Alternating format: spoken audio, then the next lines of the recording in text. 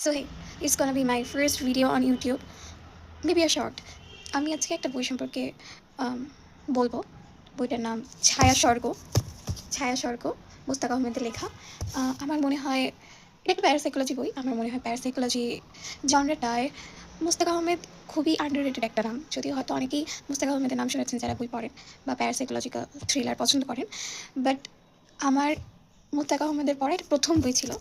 'ছায়া স্বর্গ' পরে আমি বেশ কিছু বই কিনেছি এবং এটা পড়েই আমি মোস্তাক আহমেদের বেশ কিছু বই কিনেছি। খুবই সুন্দর একটি বই, খুব আমার পছন্দের একটি বই। আমি যদি এই বইটি সম্পর্কে শর্টে বলতে চাই, এই বইটির যে মেইন ক্যারেক্টার প্রোটাগনিস্ট ইলা এবং ইমন এবং ডাক্তার তরফদার। আর আরেকটি ক্যারেক্টারের নাম আমি বলব, সেটা হলো যে গাছ মানব এবং পরী। আ পরী হলো ডাক্তার তরফদারেরই আরেকটা একটা চরিত্র এবং গাছ মানব সম্পূর্ণ একটা ভিন্নধর্মী চরিত্র লেগেছে আমার কাছে। এর মাধ্যমে লেখক আমাদের একটা গুরুত্বপূর্ণ মেসেজ দিতে চেয়েছেন। আর আমার মনে হয়েছে লেখক সেই দিক থেকে সার্থক হয়েছেন। আ তো আমরা একে অপরের সাথে অনেকভাবে কানেক্টেড থাকি। ব্লাড রিলেশন, রক্তের সম্পর্ক, আত্মীয়, বন্ধুর সম্পর্কে বন্ধুত্ব।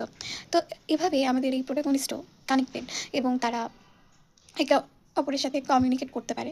কিন্তু এটা একটু ভিন্নভাবে তারা টেলিকমিউনিকেট করে। কিভাবে এটা পসিবল হয়? এই সবকিছু নিয়ে বইটার কাহিনী খুব সুন্দরভাবে এগিয়ে যায়। আমি হয়তো এভাবে বলে জাস্টিস করতে পারব না বইটার গল্পের প্রতি। বাট বইটি বইটি আমার পড়া